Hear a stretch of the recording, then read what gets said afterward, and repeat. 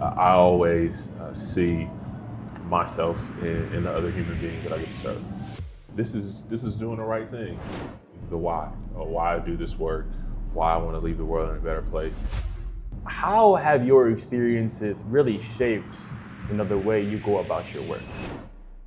Talent without access is a barrier, and with no clear path forward, people need an opportunity. Per se, a door needs to be opened. Today on the For More Forum, we've got a leader from the Rocket Community Fund who's held the door open to so many. Welcome to the For More Forum, the podcast where we talk to the people driving real change in our communities.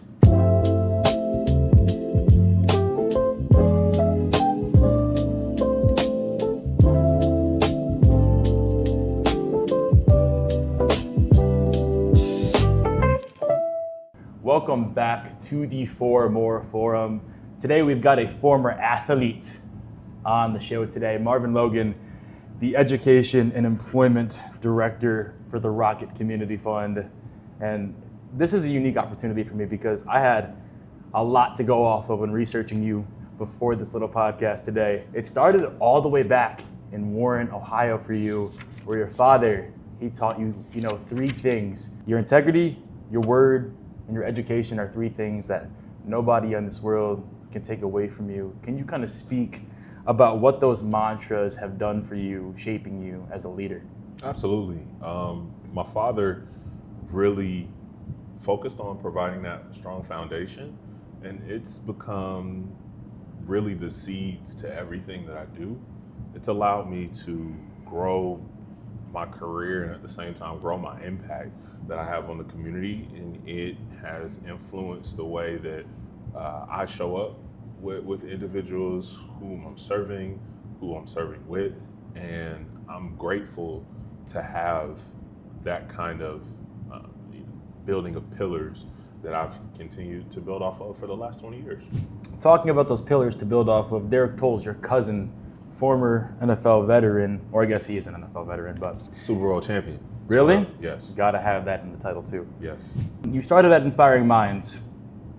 The message that I saw that he kind of left for you was that you see someone that looks like you, in the same position, and then here's kind of how they made it. Can you talk about, the message and how powerful that was for you? Really, that and combining with being able to define your own success. Mm-hmm. The thing that really occurs to me that it's super in line with our ism of doing the right thing. Mm-hmm. And when you see individuals in the community that have a hunger, they have an interest in being able to grow, then you're in a position to help, you extend that hand. And I've been able to get where I am because I've just been surrounded by people who have been willing to extend their hand, pour into me, even if it's just a crack in the door and helping me, get through that. And so that foundation with Inspiring Minds really just served as the initial spark as to my why, mm-hmm. why I do this work and why I continue to, build a bench and mentor other professionals, really extending that to the programs and services that I've been able to be a part of ever since. Yeah, and then a kind of a general question for you. I'm sure you can go deep into it, but for the sake of time, how have your experiences really shaped, the way you go about your work? They've been everything. Getting introduced to Inspiring Minds at such a young age, and other nonprofit organizations, being able to start my own nonprofit organization in high school, really just deeply embedded the spirit of service. And no matter what I've done from organization to organization, it's always been about how can we help? How can we help, and how can we help more, and what more can we do? And so that has, not only inspired my career, but inspired my way of life in the things that I like to do. Something that my wife and I do pretty regularly is probably about once a quarter. We clean out our refrigerator and our freezer with food that we aren't sure what we're gonna do with it, not sure what we're gonna make, and we prepare hot meals and we take them to the homeless. And that's not something I'm not writing down those volunteer hours on a chart or anything, and not looking for like recognition, but it's just this is doing the right thing. I've been blessed to have a roof over my head and heat in my house and food in my belly every day, and everybody doesn't have that. And so how can I extend what the Lord has blessed me with and help provide for others? I know that in Rocket's 2025 or the RCF's 2025 impact report, one of the big things they talked about was just students in particular, for you, being, deterred from education due to outside factors. And you kind of talked about helping out people on your own time, but those outside factors are things that you have experienced. Can you kind of talk about how, really, what are those non-academic barriers, and then how much of an obstacle are they for people? Absolutely. For a lot of first generation students, the experience of college can be really overwhelming. And when they don't have super deep pockets, a strong familiar experience and foundation that they can build from, there are a lot of tripping hazards that can come along the way. Obviously, the cost of higher education has continued to skyrocket for decades. So that's a huge barrier. Or it could be something as simple as, hey, I got a flat tire and I don't know how I'm going to be able to get to class every day. It can be hey, I'm short hours at work and I'm not going to be able to cover the rent this month. All of these different things, and one little tripping hazard can take someone off of the pathway to obtaining that degree and being able to grow their growth potential. And so having that experience myself as a student athlete and as a college student really helped to inform how to go about doing this work and empowering organizations to stand in the gap for students in need. Now I want to kind of take it back. Usher's New Look. I saw that you were literally just in a room and you just walked right up to him. Talk about that interaction with Usher. That November 2006 was such a pivotal experience for me, because it was when my spark was lit for this work. Mm-hmm. And being able to talk to someone who at the time had a brand deal with Armani Exchange, had just purchased a minority stake in the Cavaliers, and a multi-Grammy Award winner and actor. Hey, like, why do you do this? You don't have to do this. You've had a lot of success. You could be doing other things. And being able to meet him and the individuals, Sean Wilson and Gavin McGuire, who helped make Usher's New Look what it is, really just inspired me to, hey, I think that I can do this work too. And it's always felt like a calling. What I tell people is this has been a 20+ year love affair with service work, and Usher's New Look and Inspiring Minds, who you mentioned previously, was where it all started for me. I do want to go talk back about your actual work that you do with RCF, but there's kind of like a trend for you, I feel like. So it started off with your cousin opening the door for you, and then you opened the door for people at Usher's New Look and Inspiring Minds. And now you're doing that same thing, like you said, 20 years into your career. Talk about, does seeing that kind of ripple effect motivate you? It's a huge, humbling experience.